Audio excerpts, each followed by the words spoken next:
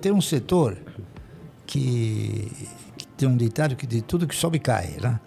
O setor de aviação, por exemplo, né? Não digo que todo vai cair, mas o setor de aviação, ele sempre foi muito afetado pela ingerência do governo, né? É a ANAC, é o preço da passagem, é o preço do combustível, um monte de coisas, né? A última carga negativa que a gente observou sobre as ações do setor de aviação foi a pandemia, não é isso? Que eliminou a possibilidade de muita gente fazer viagens, etc. Então, é um setor que eu não aprecio muito, tá entendendo? Eu não aprecio muito, não aprecio nada, tá entendendo? Por exemplo, construção. Também eu não aplico em construção, tá certo? Varejo também eu não aplico. Turismo também eu não aplico, tá entendendo? A gente só procura desenvolver aplicações onde você vê o cifrão saindo, tá entendendo? O cifrão indo embora não é muito desejado. Então, você tem que enxergar o cifrão. Você tem que ver o resultado, a perspectiva de resultado, né? Então, assim, por exemplo, empresas ou atividade que necessita de aglomerações, entendeu? Shoppings, né? Os shoppings também a gente não investe porque também é um negócio que não dá resultado, né? E é isso aí. Então, o importante é você investir naquilo que gera resultado, tá entendendo? Isso é fundamental. Barsi, falando em pandemia, o senhor gosta do setor saúde? Olha, eu não conhecia o setor saúde na sua plenitude e também não conhecia, tempos atrás, o setor de projetos de maçã. Eu tive a oportunidade de aprender um pouco sobre maçã e cheguei na conclusão que é outro negócio que eu jamais entraria de novo. O setor de saúde também é um setor que, dependendo, claro, daquilo que está representado na saúde, ele também é um setor muito difícil, porque no caso de uma pandemia, você não queira saber o que afetou o setor de saúde, entendeu? E outro setor de saúde, ele não convive com mecanismos inteligentes. Você é obrigado a ter o quê? A pessoa, o ser humano, não é isso?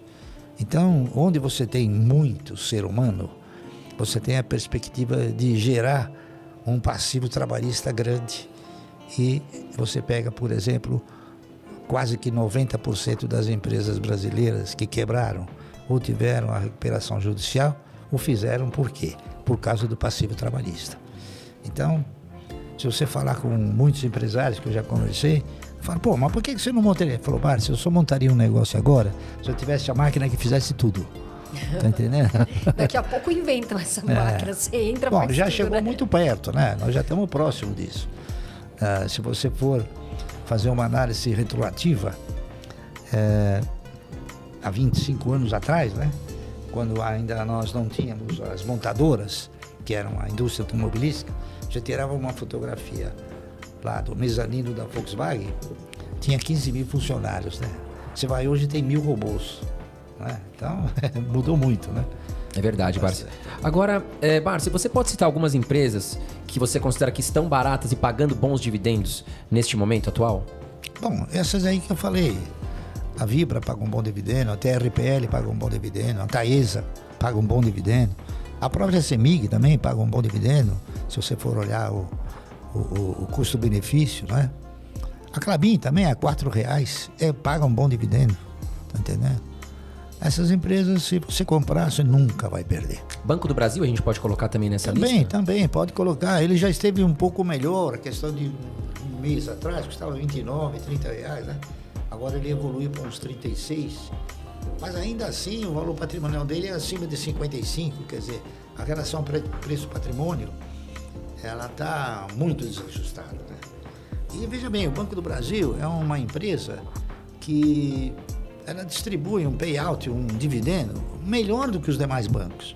O único banco que chega um pouquinho perto dela é o Santander, tá entendendo? Que paga um pouco menos e custa mais ou menos o mesmo preço. Mas os outros bancos pagam bem menos. Nossa, você não faz ideia quanto menos. Tá entendendo?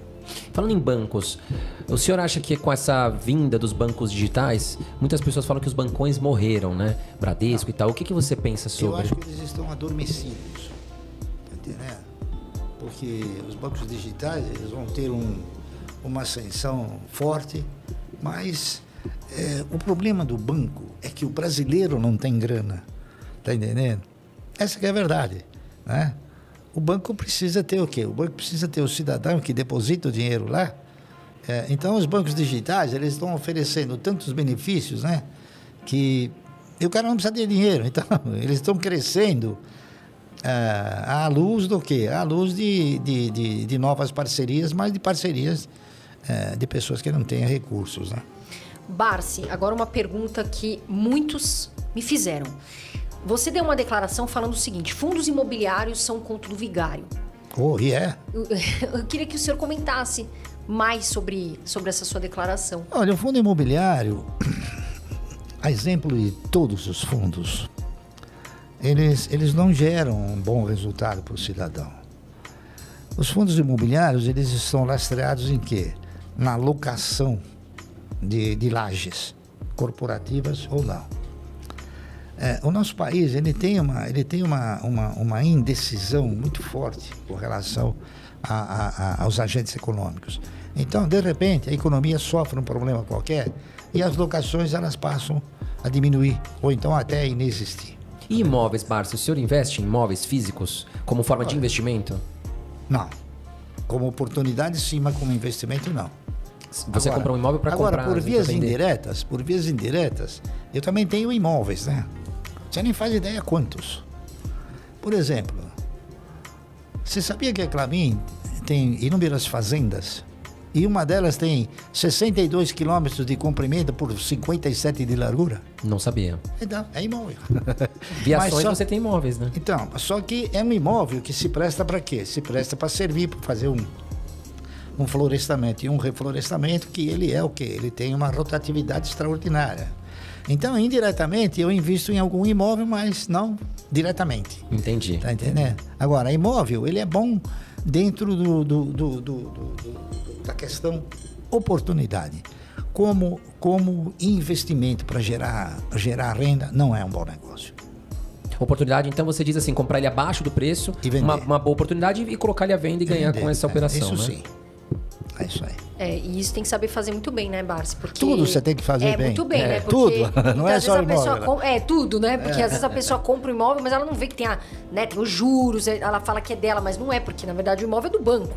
Ela financiou lá tantos anos e aí, de repente, eu estou ela... partindo do princípio que você comprou o imóvel e não fez nenhum financiamento. Porque É. comprar imóvel financiado é pior.